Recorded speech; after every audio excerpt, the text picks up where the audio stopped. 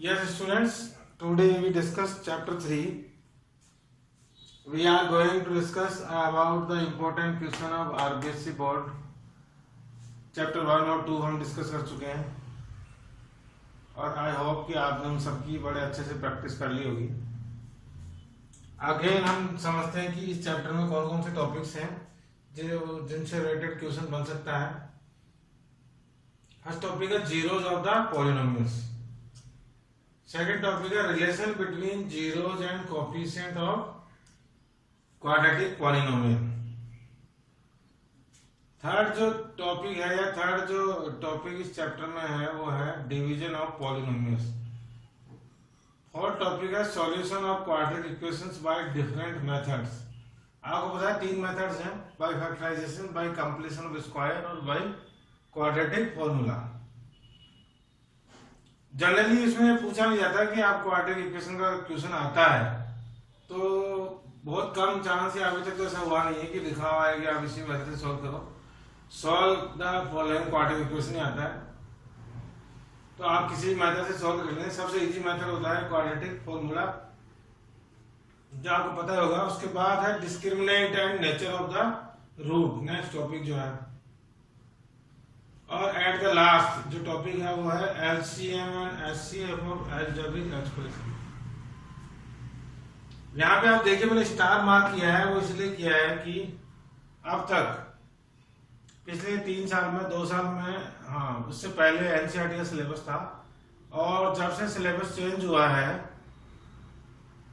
तब से अब तक इन 5 टॉपिक्स में से क्वेश्चन जरूर आए हैं, चाहे वो बोर्ड हो चाहे वो सप्लीमेंट्री बोर्ड एग्जाम हो। लेकिन इस जो 6 चैप्टर हमारा जो टॉपिक है एलसीएम और एचसीएफ और अलजेब्रिक एक्सप्रेशन, इसमें से अभी तक कोई भी क्वेश्चन बोर्ड के एग्जाम में नहीं पूछा गया है। इसलिए ऐसी उम्मीद करी जा रही है या ऐसा डाउट हो रहा है कि इस बार जो है इसी टॉपिक में से कोई क्वेश्चन जो है वो आपके एग्जाम में बन सकता है। इसलिए मैं चाहूंगा कि आप ये जो टॉपिक है एचसीएफ एलसीएम और अलजेब्रिक एक्सप्रेशन जहां से शुरू हो रहा है और ये टॉपिक है, उसके बाद एक्सरसाइज 3.6 है। इस टॉपिक के बाद एक अकेली एक्सरसाइज है जो कि इस टॉपिक पर डिपेंडेबल है, उसको आप पूरा एक्सरसाइज को अच्छी तरह से सॉल्व कर लें। बहुत इजी है अगर आपको एचसीएफ और एलसीएम के कॉन्सेप्ट समझ आए हों। जो कॉमन नंबर है लोवेस्ट पावर के साथ वो एचसीएफ हो जाएगा और जो कॉमन फैक्टर है, सॉरी इसमें फैक्टर बताऊंगे, और जो कॉमन फैक्टर है और जो रिमेनिंग फैक्टर है विथ हाईएस्ट पावर वो क्या बन जाएंगे, एलसीएम। जैसे हम एचसीएफ और एलसीएम करते थे वैसे ही एचसीएफ और एलसीएम पता करना है, ज्यादा टिपिकल नहीं है, अभी हम अंडरस्टूड करेंगे। ये सारे टॉपिक क्लियर हो जाते हैं अगर आप ये क्वेश्चन जो है बुक में से सॉल्व कर लेते हैं। ये इंपॉर्टेंट क्वेश्चंस मैंने लिखे हैं फ्रॉम योर बुक। एग्जाम्पल 1 है, उसके बाद एग्जाम्पल 3 है, उसके बाद मैंने 3.1 में से कोई क्वेश्चन लिखा नहीं है क्योंकि एग्जाम्पल 1 और 3 करने के बाद आपकी जो एक्सरसाइज है 3.1 वो आपको क्लियर हो जाएगी। उसके बाद मैंने लिखा एक्सरसाइज 3.2 का क्वेश्चन नंबर 3 और 4।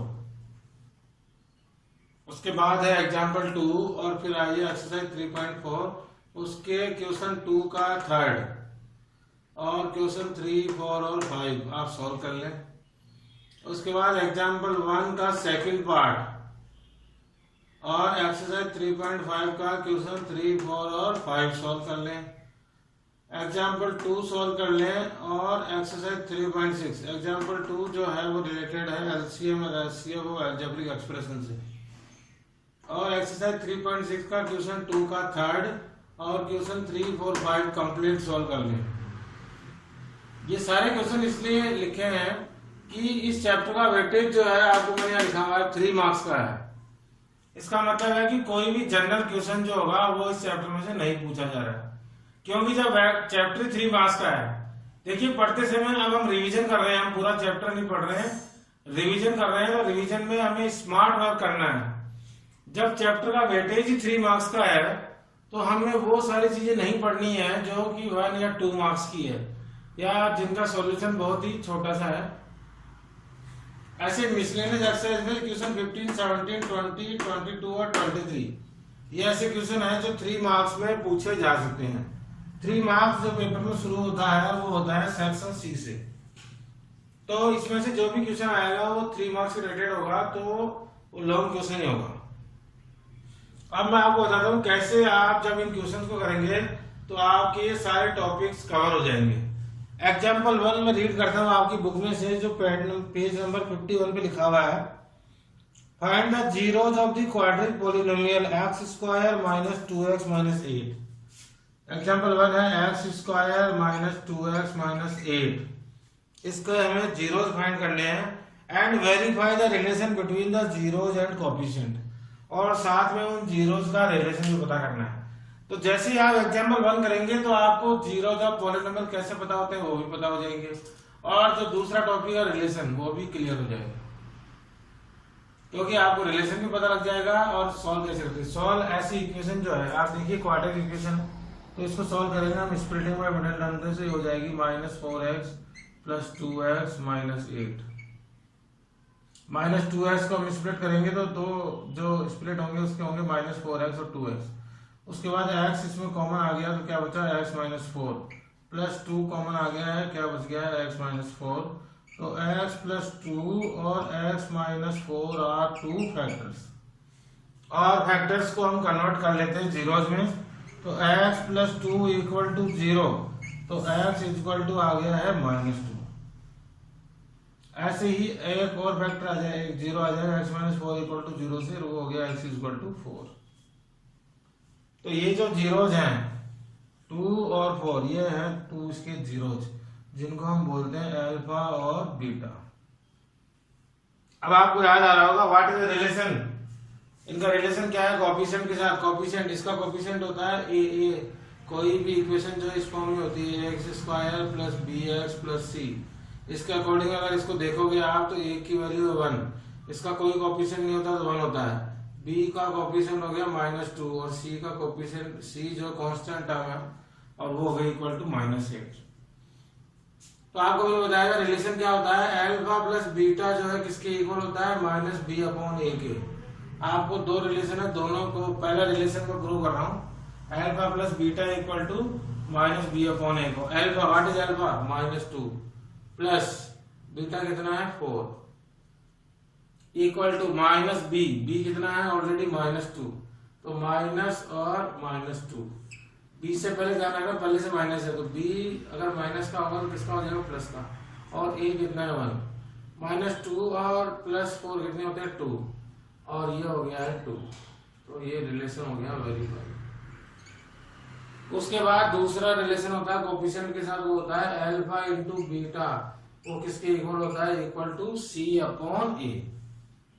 इसको भी हम वेरीफाई कर देंगे। अल्फा है -2 और बीटा है 4, और c की वैल्यू कितनी है -8 और a की वैल्यू है 1, तो ये आ गया -8 इक्वल टू -8। 2 और 4 को मल्टीप्लाई करेंगे, -2 और 4 को, तो -8 आएगा, तो ये भी वेरीफाइड हो गया। तो ऐसे अगर क्वेश्चन आता है तो 3 नंबर का क्वेश्चन बन गया, जिसमें दोनों चीजें पूछ ली गई है, find the zeros and verify the relation. उसके बाद मैंने लिखा है एग्जाम्पल 3। एग्जाम्पल 3 जो है वो find the quadratic polynomial the sum and product of whose zeros are 1/4 and -1। अब हमें दो जीरोस दिए हुए हैं और हमें एक क्वाड्रेटिक पॉलिनोमियल फॉर्म करना है। आपको याद आ रहा होगा मैंने एक फॉर्मूला बताया था जिसके थ्रू बड़े आराम से कोई भी क्वाड्रेटिक इक्वेशन जो है फॉर्म हो जाती है। दो जीरोस दिए हुए हैं, गिवन है हमें 2 जीरोस दिए हुए 1/4 एंड -1। दो जीरोस हमें दिए हुए हैं और हमें बनानी है एक क्वाड्रेटिक पॉलिनोमियल। आपको मैंने फॉर्मूला बताया था, दो जीरोस हो गए, अल्फा हो गया 1/4 और बीटा हो गया है -1। सम एंड प्रोडक्ट दिया हुआ है, सॉरी अल्फा और बीटा नहीं दिया हुआ, अल्फा और बीटा नहीं, 2 जीरोस नहीं दिए हुए, सम मतलब alpha plus beta equal to दिया हुआ है 1/4 और अल्फा इंटू बीटा दिया हुआ है -1। दो जीरो नहीं है ऑलरेडी, हमें उनका सम और प्रोडक्ट दिया हुआ है, तो सम हो गया अल्फा प्लस बीटा और प्रोडक्ट हो गया अल्फा इंटू बीटा। तो आपको बताया फॉर्मूला क्या था, x square minus alpha plus beta x plus alpha into beta equal to 0। अगर आप इस फॉर्म में इसको लिख देंगे तो कोई भी क्वाड्रेटिक इक्वेशन फॉर्म हो जाएगी। बस अब आपको वैल्यू लिखनी है। X square minus alpha plus beta की वैल्यू है 1/4 वो पुट कर दीजिए, प्लस अल्फा इंटू बीटा की वैल्यू है -1 वो भी पुट कर दीजिए। अब ये बन गया x square minus 1/4x minus 1 equal to 0, क्योंकि प्लस है और माइनस का मतलब तो -1। लेकिन अभी ये अपनी स्टैंडर्ड फॉर्म में नहीं आया है। स्टैंडर्ड फॉर्म होती है ax square plus bx plus c equal to 0। तो आप देखिए 4 इसमें एलसीएम आ गया तो क्या बन गए 4x square minus x minus 4 equal to 0। 4 उधर जाके कैंसिल आउट हो गया तो बन गया x square minus x minus 4 equal to 0, और ये बन गई हमारी एक क्वाड्रेटिक इक्वेशन। तो इस एग्जांपल से आपको ये भी कंफर्म हो गया कि अगर जीरोस का सम और प्रोडक्ट दिया हुआ हो तो हम कैसे क्वाड्रेटिक पॉलिनोमियल फॉर्म करेंगे। उसके बाद एक्सरसाइज 3.2 का क्वेश्चन नंबर 3 और 4। 3.2 का मैं आपकी बुक में देख रहा हूं। क्वेश्चन नंबर 3 जो है, in the following polynomial their zeros are given, find all the zeros. कोई पॉलिनोमियल दिया हुआ है, उसके सामने उसके दो या सिंगल जीरोस दिया हुआ है और हमें रिमेनिंग जीरोस पता करने हैं। अब आपको इसके लिए एक चीज याद रखनी पड़ेगी, अगर लीनियर पॉलिनोमियल हो तो उसके कितने जीरो होते हैं 1, क्वाड्रेटिक पॉलिनोमियल हो तो उसके कितने जीरो होते हैं 2, और क्यूबिक पॉलिनोमियल हो तो उसके जीरो होते हैं 3, और बाई क्वाड्रिक है तो उसके जीरो होते हैं 4। जैसे फर्स्ट क्वेश्चन है 2x4 minus 3x cube minus 3x square plus 6x minus 2। ये एक पॉलिनोमियल दिया हुआ है, उसके दो जीरो दिए हुए हैं √2 और -√2। जो मैंने अभी आप अगर आपके पास बुक है तो आप देखें, जो थर्ड का फर्स्ट क्वेश्चन है वो है बाई क्वाड्रिक, मतलब उसके 4 जीरो होंगे क्योंकि उसकी डिग्री कितनी है 4, और 2 जीरोस दिए हुए हैं। इसका मतलब है उन दो जीरोस को हम फैक्टर बना के अगर हम इसको डिवाइड करेंगे तो एक और क्वाड्रेटिक इक्वेशन आएगी और हम उससे 2 जीरो पता कर लेंगे। तो इस तरह का कोई क्वेश्चन आता है, अभी तक आया नहीं है, इसलिए ये क्वेश्चन भी इंपॉर्टेंट है। क्वेश्चन नंबर 3 आप जरूर देख लें। क्वेश्चन नंबर 4 जो है वो डिवाइड से रिलेटेड है कि एक पॉलिनोमियल है जिसको डिवाइड करेंगे gx से, तो क्वोशिएंट और रिमाइंडर जो आएंगे तो हमें बताना है gx। आपको पता है ये फॉर्मूला है, if px is divided by gx तो we have some quotient qx और प्लस rx, ये हमें पता है। डिविडेंड इज इक्वल टू वही फॉर्मूला है, लेकिन ये पॉलिनोमियल है तो पॉलिनोमियल कोई फॉर्म में होगा। डिविडेंड इज इक्वल टू होता है divisor into quotient plus remainder. तो आपको ये दिया हुआ है, ये दिया हुआ है और ये दिया हुआ है, आपको ये पूछा है। अगर आप इस क्वेश्चन को कर लेते हैं तो अलग से आपको डिवीजन और पॉलिनोमियल की प्रैक्टिस नहीं करनी पड़ेगी, क्योंकि इसी क्वेश्चन से आपको पता लग जाएगा कि आपको डिवाइड आता है या फिर नहीं आता। तो एक तो क्वेश्चन की भी प्रैक्टिस हो गई और डिवीजन की भी प्रैक्टिस होगी। इस क्वेश्चन को करेंगे कैसे, पहले जो RS है वो px में से क्या हो जाएगा माइनस, तो ये तो इधर आ गया। अब क्या बचे, दोनों मल्टीप्लाई में gx पूछा है तो जो भी आंसर आए उसको हम मल्टीप्लाई कर देंगे और डिवाइड कर देंगे किससे, qx से, तो हमें क्या पता हो जाएगा gx। तो आप पॉलिनोमियल को माइनस करेंगे तो आपको माइनस की प्रैक्टिस भी होगी कि माइनस में साइन चेंज करना पड़ता है, और qx से डिवाइड करेंगे तो आपकी डिवाइड की प्रैक्टिस हो जाएगी, और आपको ये भी पता लग जाएगा कि हमें डिवाइड करना जो है पॉलिनोमियल्स का आता है। नहीं भी आता है तो एग्जाम्पल में बहुत सारे क्वेश्चन है या इसी बुक में है, फर्स्ट सेकंड आप पहले डिवाइड की प्रैक्टिस कर लें। उसके बाद है एग्जाम्पल 2। एग्जाम्पल 2 जो दिया हुआ है, solve quadratic equation by factorization method. तो फैक्टराइजेशन मेथड आपको आता ही है, अभी हमने किया था, उसमें स्प्लिटिंग बाय मिडिल टर्म से हम करते हैं, तो उसको आप फैक्टराइज कर लें, खाली सिंपल फैक्टराइज इक्वेशन है। उसके बाद है एक्सरसाइज 3.4। 3.3 में से कोई क्वेश्चन नहीं है क्योंकि वो फैक्टराइज का है, तो आपको फैक्टराइज करना बढ़िया आराम से इजीली आता ही है। 3.4 के क्वेश्चन 2 का सेकंड पार्ट है, वो आपको थर्ड पार्ट है वो सोल्व कर लेना है। वो फ्रैक्शन में मैं लिख देता हूँ यहाँ पे क्या है, वो है x plus 1/x equal to 3। और आपको इसको सॉल्व करना है। आप देखिए कि ये क्वाड्रेटिक इक्वेशन की फॉर्म में नहीं है, तो आपको पहले इसको कन्वर्ट करना पड़ेगा। और आप एक चीज याद रख लें, जब भी कोई क्वेश्चन फ्रैक्शन में आए तो उसको हम सॉल्व नहीं कर सकते जब तक वो अपनी क्वाड्रेटिक इक्वेशन की फॉर्म में नहीं हो। तो पहले उसको चेंज करना है। चेंज कैसे करेंगे, एलसीएम ले लेंगे x, तो इसके नीचे कुछ नहीं है तो 1 माना जाएगा, तो ये क्या हो जाएगा x² प्लस 1 इक्वल टू 3।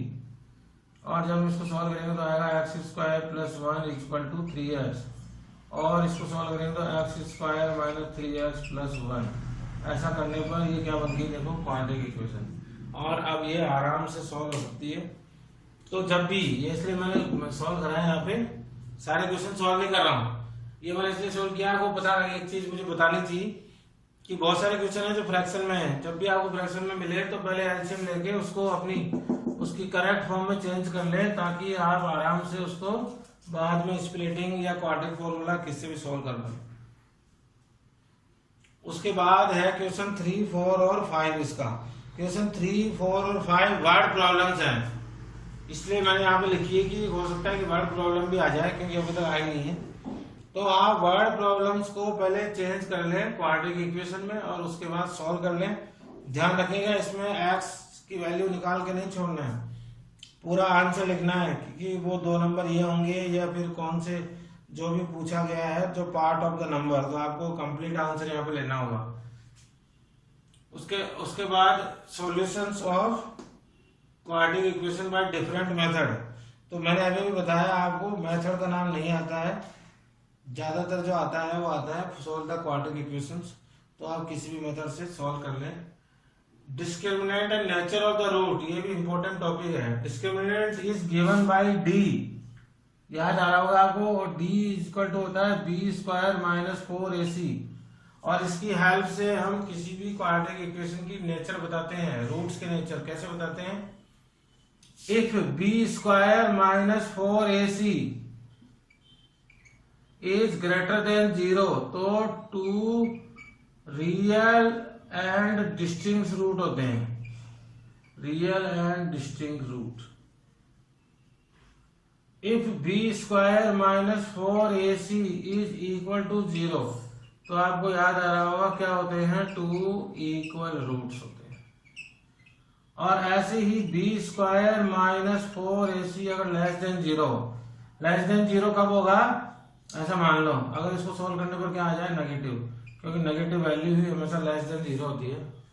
तो जो भी होगा उसके 9 रियल रूट्स होंगे।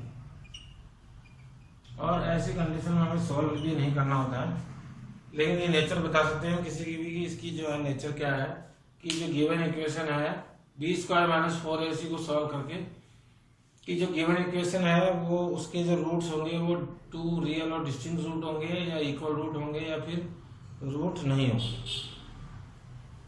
इसीलिए यहाँ पे लिखा मैंने एग्जाम्पल 1 का सेकंड पार्ट, पेज नंबर 62 का, जिसमें आप नेचर ऑफ द रूट बता सकते हैं। एग्जाम्पल 1 जो है उसका सेकंड पार्ट मैंने इसीलिए लिखा है, जिससे आपको नेचर ऑफ द रूट पता करना आ जाए। उसके बाद आपको पता है क्वाड्रेटिक फॉर्मूला सॉल्व करने से पहले, ये क्वाड्रेटिक फॉर्मूला क्या है, x equal to minus b plus minus root b² minus 4ac upon 2a। और अगर हमने ये b² माइनस 4ac पहले से पता कर लिया तो इसको इसमें भी कन्वर्ट कर सकते हैं, x² equal to minus b plus minus root d upon 2a। एक रूट आ जाएगा प्लस d के साथ, और दूसरा रूट आ जाएगा माइनस अंडर रूट d के साथ। तो इस फॉर्मूला, ये जो फॉर्मूला है कौन सा फॉर्मूला है, क्वाड्रेटिक फॉर्मूला, जिसके थ्रू अगर कोई ऐसा क्वेश्चन हो, ये फॉर्मूला मैंने इसे लिखा है, कोई क्वेश्चन ऐसा हो जो आपको प्रॉब्लम कर रहा हो, स्प्लिटिंग बाय मिडिल टर्म से सॉल्व नहीं हो रहा हो, तो इस फॉर्मूले में डायरेक्ट a, b और c की वैल्यू रखी है, बहुत जल्दी से सॉल्व हो जाता है इससे। फिर है 3.5 का क्वेश्चन 3, 4 और 5। 3, 4 और 5 ऐसे क्वेश्चन है जिसमें k की वैल्यू पूछी है, मतलब क्वाड्रेटिक इक्वेशन की कोई भी टर्म जो है वो मिसिंग होगी, जहाँ पे k या p या फिर अल्फा या बीटा कुछ भी लिख देते हैं और उसकी वैल्यू पता करनी है।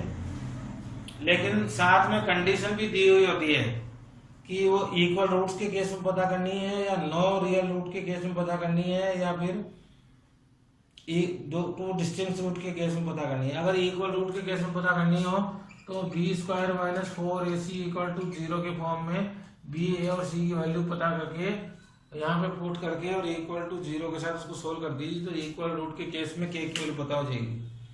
अगर नो रियल रूट के केस में पता करनी है तो आप इसको इस केस में सॉल्व कर दीजिए। सॉरी, नो रियल रूट होता है लेस देन 0 इस केस में, और टू डिस्टिंक्ट रूट के केस में पता करनी है तो ग्रेटर देन 0 के केस में रख के सोल्व कर दीजिए।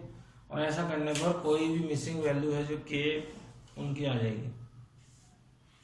अब हम बात करते हैं, लास्ट टॉपिक आ गया हमारा LCM and HCF of algebraic expression, जो मैं वापस आपको बता रहा हूँ बहुत ही इंपॉर्टेंट है, क्योंकि अभी तक जब से सिलेबस चेंज हुआ है राजस्थान बोर्ड का पिछले 2-3 साल से, तो मैंने देखे हैं सारे पेपर, तो उसमें ना तो बोर्ड के मेन पेपर में और ना ही सप्लीमेंट्री पेपर में कभी भी इस टॉपिक में से क्वेश्चन नहीं आया है, क्योंकि नेक्स्ट ईयर ये पूरा सिलेबस चेंज होने वाला है और एनसीईआरटी की बुक लगने वाली है, 9th तक जो है वो अप्लाई हो चुकी है। तो हो सकता है ये टॉपिक एनसीईआरटी बुक में नहीं है, तो इस बार इसमें से कोई क्वेश्चन पक्का इन्होंने बनाया हो। इसका मैंने लिया है एग्जाम्पल 2, बहुत ही इंपॉर्टेंट है। Find the highest common factor of the following. Example 2 में लिखा हुआ है कि आप इसका एचसीएफ पता करें, लेकिन मैं चाहता हूं कि आप तो इस क्वेश्चन की जब भी प्रैक्टिस करें तो एचसीएफ और एलसीएम दोनों पता कर लें, ताकि आपकी दोनों की प्रैक्टिस हो जाए। मैं ये क्वेश्चन सॉल्व करता हूं आपके लिए, ताकि आपको पता लग जाए कि कैसे हम एचसीएफ और एलसीएम सॉल्व करेंगे। मैं सॉल्व कर रहा हूं 20x square minus 9x plus 1, 20x square minus 9x plus 1, एक पॉलिनोमियल तो ये है। दूसरा पॉलिनोमियल है, सॉरी दूसरा जो एक्सप्रेशन है वो है 5x square minus 6x plus 1, 5x square minus 6x plus 1। अब आपको पता होगा इनको कैसे सॉल्व करेंगे, स्प्रेड ओवर बड़े टर्म से।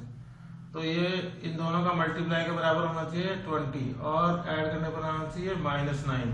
तो ये हो गया 20x square minus 5x minus 4x plus 1।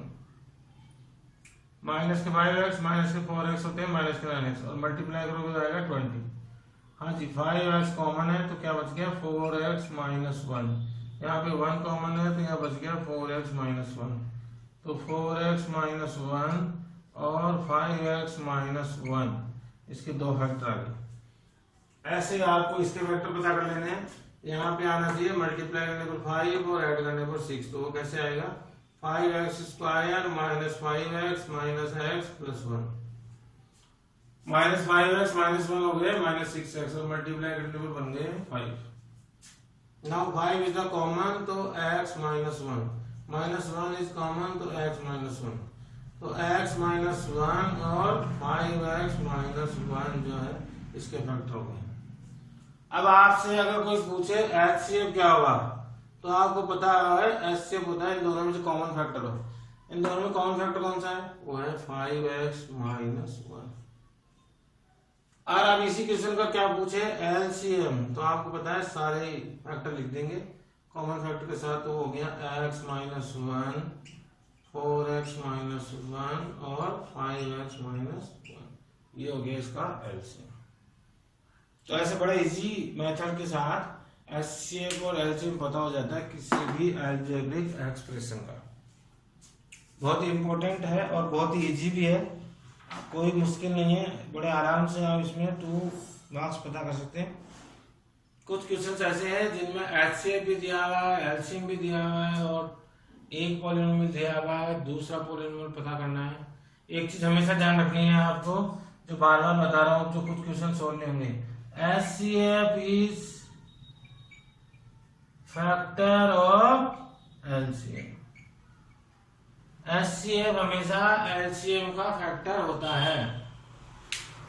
HCF ऐसा नंबर होता है जैसे ये दोनों दिए हुए, तो एचसीएफ देखो ऐसा नंबर होता है। अगर ये दो एक्सप्रेशन होंगे तो 5x माइनस 1 ऐसा नंबर है जो दोनों में कॉमन होगा। एक एक नंबर और अलग आएगा तो इसके साथ इसको लिख देंगे, इसके साथ इसको लिख देंगे, तो दो दो फैक्टर में पता लग जाएंगे। तो इसीलिए मैं बता रहा हूँ, ये एक इम्पोर्टेंट चीज है कि HCF जो है is always factor of LCM। आप एक्सरसाइज 3.6 जो है उसका क्वेश्चन नंबर 2 का थर्ड पार्ट और क्वेश्चन 3, 4, 5 की अच्छी तरह से प्रैक्टिस कर लें, क्योंकि वो सब का वेटेज जो है 3 मार्क्स का ही है। उसके बाद मैंने मिसलेनियस एक्सरसाइज इसी चैप्टर की, उसमें से कुछ क्वेश्चन लिखे हैं 15, 17, 20, 22 एंड 23। इनकी भी आप प्रैक्टिस कर लें। इन सबको सॉल्व कर लेंगे तो आप देखिए सारे टॉपिक भी क्लियर हो गए हैं और इनको पढ़ने के बाद आपको कोई भी क्वेश्चन लेफ्ट नहीं रहेगा। बस मैथ्स में क्या चीज होती है, वैल्यू चेंज होती है। यहाँ पे कोई दूसरा एक्सप्रेशन हो सकता है, यहाँ पे कोई दूसरा एक्सप्रेशन हो सकता है, लेकिन आपको splitting the middle term, factorization method और सारे मेथड आते होंगे तो आप बड़े आराम से दो फैक्टर पता कर पाएंगे। और बहुत इजी क्वेश्चन आता है, बोर्ड में इतना हार्ड नहीं आता है। और मैं सारे क्वेश्चन सॉल्व इसलिए नहीं कर रहा हूँ कि ताकि आप प्रैक्टिस करें, लेकिन फिर भी आपको प्रॉब्लम है तो आपको मैंने बता रखा है कि आप बड़े आराम से मुझसे कभी भी पूछ सकते हैं। ऑनलाइन आके जो है डिस्कस कर सकते हैं या ऑफलाइन व्हाट्सएप के थ्रू भी आप डिस्कस कर सकते हैं। ऑनलाइन आए तो आप ऑनलाइन चाहते हैं तो जूम ऐप डाउनलोड कर लें, उस पर मैं ऑनलाइन अवेलेबल रहता हूँ। वरना आप मेरे वीडियो देखते रहें और इम्पोर्टेंट क्वेश्चन जो है वो सॉल्व करते रहें। और इन सब के लिए और इम्पोर्टेंट क्वेश्चन आपको चाहिए और चैप्टर्स के आपको देखने हैं, please like and subscribe my YouTube channel Sethi classes. Thank you.